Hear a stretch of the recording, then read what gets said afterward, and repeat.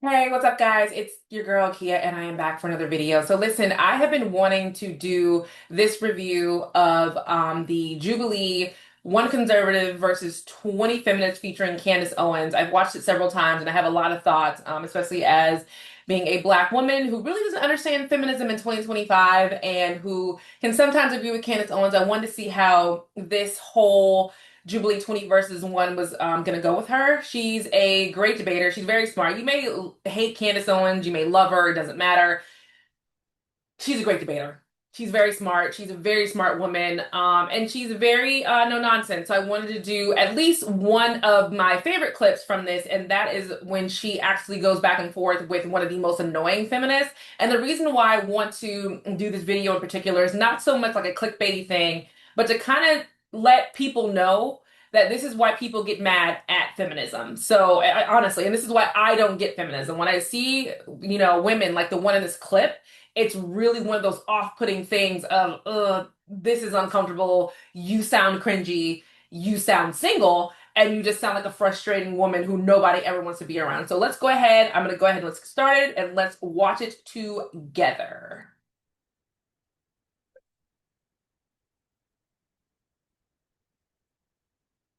All right. Nice to meet you. Okay. Okay, first things first, Jasmine has a lot of work done. You can't talk to me when you look like that. When you and it looks like she has a BBL and she's trying to cover it. She also has the lips, the boobs, the whole thing. I'm already kind of pushed out of it because of the look and the vibe I'm already getting. I'm already getting, and this is might not be true about Jasmine at all, but it's giving OnlyFans model who, just doesn't get what it's like being in the real world as a woman and wanting to be a wife and a mother, and these are things and all the difficulties that real women, everyday women go through. She doesn't get it, but maybe that's just my opinion. Let's keep watching. So you say that women are more fulfilled at home with kids than going out into the workforce or getting educated, but that just really doesn't bear out when you look at the stats, when you look at how working mothers are way less likely to be in poverty. Maternal education is the number one predictor of childhood outcomes, better scores, getting higher incomes in the future, fewer behavioral problems, better mental health. So it's weird to me and college educated women are least likely to get divorced. And they're the only women, the top 10% of women are the only women whose marriage rates are going up. College educated women are not the least likely to get divorced. I don't know where she got that stat from. I'm a married woman. If you watch my channel, you know that I'm very much a married woman and I don't, ever want to get divorced. I actually don't believe in divorce unless it's something really, really dire. But I have not heard anywhere where college educated women are the least likely to get divorced. I've actually heard the complete opposite. But I do believe that being an educated woman in a marriage can be definitely beneficial. It can help you, especially if you are in a real partnership with your spouse. My husband is the head of our household. He kind of runs how we do things in the house, but I also contribute a lot to this household. That's something that he doesn't know. So I do believe that having an education is really important. But her whole comment about, educated women being the least likely to get divorced, I don't think that's true. So they're getting married, they're staying married, and their kids are doing better. When you look at stay at home mothers, you see that they're more likely to report being depressed, they're more likely to report having anxiety and anger and all these types of things. So, how can you say that? Seems like a woman, if you want to get married and have kids, So before Candace answers, I don't know if there's a study about stay-at-home moms versus working moms. I think all moms are stressed out, frustrated, and trying to figure things out the best of their ability. What I will say is I am a hybrid work from home woman, kind of like Candace is, where I make my own schedule. I do work a lot, but I'm able to stop and go as needed.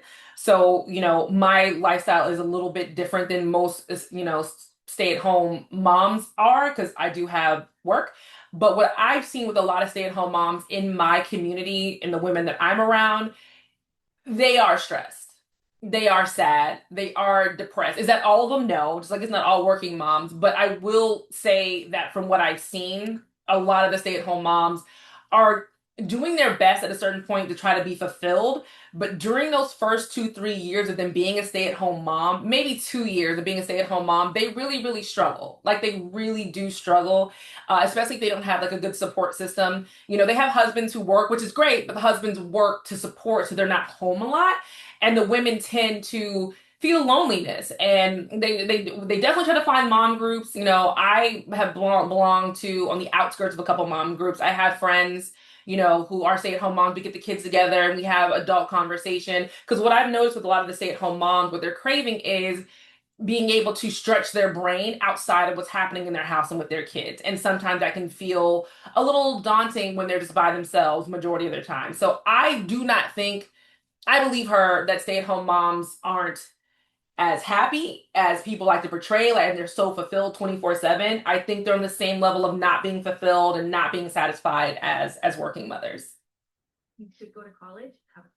So it sounds to me like we are looking at totally different statistics because everything that you said, I've actually read the exact opposite. I'm glad we're on a fact check show with you. Right, exactly. Oh, it's so exciting. That's going to be amazing. Okay, Okay. because I know, like I said, I think what we're talking about is that there was this widespread report on female happiness, and I know that it was formally debunked, and it was. That's not what I'm talking about. Pew Research, Right. University of Okay. California. In fact, working mothers today spend more time with their children than women did in the 1960s that were at home. Okay, well, women that I can tell you, women that are at home are obvious. That's not true. I don't know what stat she's talking about where working mothers today spend more time at home than 1960s moms who were stay-at-home moms. That's not That's not true. Like we don't even need to look at a statistic for that or a Pew Research or anything for that. When you think about it, working moms today are gone a majority portion of the day. They are gone from the time they drop their kids off at school or put them on the bus until that kid, after that kid maybe gets home from school. That is a large portion. In the 1960s, majority of women were stay-at-home moms. They were able to be hands-on. You know, of course, they had their different clubs and different things they did and friend groups and this and that. Maybe a little bit more social, maybe a little bit more drinking, who knows? But they were definitely at home more than the stay-at-home moms of today. Obviously spending more time with their children and the people who are at work. And their children are not faring off any better, and they're faring off worse. How are you measuring their children faring off worse? How likely they are to higher incomes, better scores, fewer health problems, fewer behavioral issues, and better mental. So the just to get back to the claim that I'm making here is that it is obvious that women who have children are going to be more fulfilled. How is right? that obvious? Because you said No, it's not obvious because I said so. It's because when you look at all the statistics in terms of women who are choosing not to have families, they are, as the person who just sat here before you mentioned, they are suffering from more depression, they're suffering from more anxiety, and that's not true. okay, it is true. It is actually true that women who are choosing their careers over starting families are finding themselves leaning more onto medicines like Xanax, anxiety-inducing medicines, and depression because they suspended that time frame where women really should be looking to find a partner and to start a family because they were instead pursuing their careers. Why are there they has better been off? So I am one of those women who got married and had kids later in life, and I will be honest, I am on anxiety meds. But I am not on anxiety meds because I went to college and because did things later in life. I have been suffering from anxiety and panic attacks, like not and listen, not the modern panic attacks and anxiety that everybody has that got popular in the 2020s. I have been dealing with this since I was 13. I remember my first panic attack very, very vividly. And I remember my mom trying to figure out what was going on, and I dealt with that pretty severely up until I got married. My anxiety actually subsided a whole bunch after I got married. And then once I had my children, it kind of reared again because, you know, I was really overwhelmed. But it's true. College women, I mean, I am. I mean, I may be an outlier or whatever, but I'm just putting my story with this story that we're watching right now. I suffer from anxiety and really bad panic attacks. Not depression, but really bad panic attacks and anxiety and have for a long time. So that's just my comment on that. It is a dishonest, it is totally a dishonest narrative that men and women want the same things out of life. We don't. We absolutely do not want the same things out of life. In fact, we don't even measure success the same.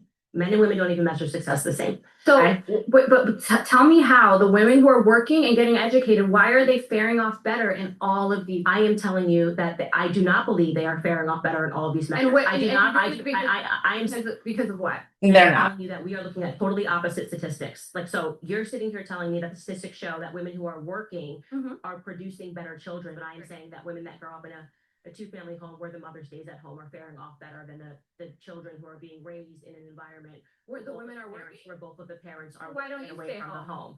I do get to work from home. No, but That's you, the I mean, irony. That's I why I watched your said show. You I talk about all the nannies you hire and so I hard to find a good never nanny. talked about all of the nannies I hired. Yeah, but you have. I spoke about how difficult it was to find a babysitter who knew how to cook a meal, and that's because you don't need a So I watch Candace occasionally. She's never talked about having a nanny. She's never had a nanny. She is, like I said, like I actually have a nanny. And my mother-in-law helps me, but Candace I think has help from family, and she has a babysitter, and that's it. She's never once talked about having a nanny. So I'm not sure where this girl Jasmine got that from. babysitter. You could retire right now. Let people respond to you when they're speaking. You don't want to. Respond to you when You don't want to. You want to be working, which is great. you're telling me what I want now and then accusing me of telling you. You don't want to work? Can you just let me finish? Because you've said so many words that what you're trying to do here, like your argument style, is I'm going to say so much and not let her get a word in and then walk away and feel like I've won. We're not having a conversation because you've not letting me respond to one of your points. Okay. What I am saying to you, first to answer what you just said, which was a lie, what I spoke to you about on the weekends is that it's been increasingly difficult to find a 25-year-old who even knows how to make boxed macaroni and cheese, right? And that's crazy. That is in large part due to feminism. Women don't even focus. Women don't even focus. Like there's this idea that women. So everybody is laughing at that comment. I have a nanny, and my nanny is just kind of getting the idea how to cook and kind of doing things, but she doesn't know how to make box macaroni and cheese. She knows how to order Uber Eats for herself, and that's really the extent of it. And my nanny is a wonderful girl. She's young, sheltered, came from a Christian household, but she doesn't really have life experience or skills to cook for herself. Bless her heart. She's amazing. But I feel like Candace is right here. Like a lot of younger girls are not taking a passion into actually cooking because it's so much easier. And honestly, I get it. So much easier just to order out, just to go to a restaurant rather than taking the time to learn, have a passion for cooking. And a lot of the girls I feel like who were born after a certain time, I don't want to say any kid born after 2020, their parents were younger and trying to be their kid's friend. There's a whole generation of 20-year-olds that I feel like the parents were, again, younger and the parents were trying to be the kid's friend. And it wasn't about teaching them life skills. It was just about, I just want my kids to be happy. I want them to go to a, good school that's going to be understanding and loving. And I just want to be their friend and be there for them and ooh, yay. But in reality, you're not really teaching your kid a life skill. So everybody here is laughing, but in reality, they probably don't know how to cook. Like if I put a recipe for, stewed chicken in front of them, if I put a recipe for, something simple like, roasting a chicken, they would probably look at me like, oh, I just put salt and pepper on and put it in the oven. No, that's not how that works. Shouldn't be cooking. Like there's something fundamentally wrong with women even learning how to cook. Are you spending as much time with your children as you possibly can? Because that's the way to get the most fulfillment. No, and that's what I'm trying to say. I am speaking to you as stop. Okay, could you please let somebody get in? I did. This girl is obnoxious.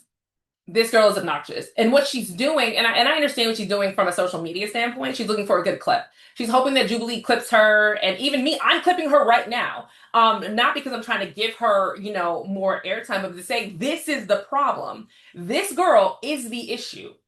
She's so busy trying to, get a social media clip, get more attention, and just be that OnlyFans feminist that everybody hates these days, that she's not actually having a conversation. There were multiple people before this, and I might do another clip on this because this, to me, was a good conversation. There were good conversations like, what is her name? Princella. I think her name is Queen Princella or something. She actually is on here as well, and she has a great conversation with Candace. And Princella is very smart, very educated, and it was great. This girl is not giving that vibe. This girl is just being obnoxious. Like it's obnoxious. You actually have not let anybody finish. Like I said, it's no one benefits when you're just speaking over me and not allowing me to respond. She's right. All you're proving is that you have an attitude and you believe in feminism, but you're not. You see, that's what I'm saying. You just have an attitude, and it's not trying to. It's performative. I'm actually my point. I will be quiet if you address my point. Does anybody actually feel here that I am being allowed to address any of her points when she just gets running over me? Like I'm literally trying to answer your first point of you said. Everybody said yes because they don't like Candace. Full stop. Saying that I don't stay at home. Yeah, Fair point. Fair point. Obviously, I get that you're all anti-Candace and pro-feminist, but also it's not productive if you're not actually. Okay, address the point. You spend more time saying that I'm not addressing that you don't have a chance to talk. I mean, the whole time you could have addressed the point. You could have talked. Go for it. Just want you to know that you're not coming across as somebody who wants to actually have a conversation. So to get back to the claim, because I don't even know where you're at. You're not talking. You're saying that I said stuff in my I'll go podcast wherever you want that to. I never said. I'll go where. So do you want to start with me working at home? Because I work at home. You just said something about me working You at home. travel all around the world. Okay, you do speeches, and I love that. I love how ambitious. Candace doesn't travel around the world as much as she used to. Before she had her first child, she did travel all around the world. I think there was a speech of hers in Germany. She's been to Zurich. She's been to London. She's been banned from a lot of places. But after she's had her children, she's really toned back and she's really tried to do a lot of podcasts where she's zooming in. She's often the Piers Morgan show and she's zooming in from home. She's been on the Joe Budden podcast, which is only in New York. So she does do a lot of things. She does work a lot, but she's definitely not traveling all over the world where she can't be with her kids. Like, I hate the fact that Candace looks like she got unraveled by this girl, and I think she got unraveled because it's annoying. And when you have to deal with people like this Jasmine girl, it is frustrating. You just want to go, will you just shut up? But you can't do that. It's not respectful. It's not how these conversations go. But the girl is being obnoxious, and she's not letting letting Candace get a word in edgewise. And what makes it worse is the peanut gallery in the background. Like, of course she's letting her talk. Like, Candace, just get it out. But how can she get it out when we're dealing with this?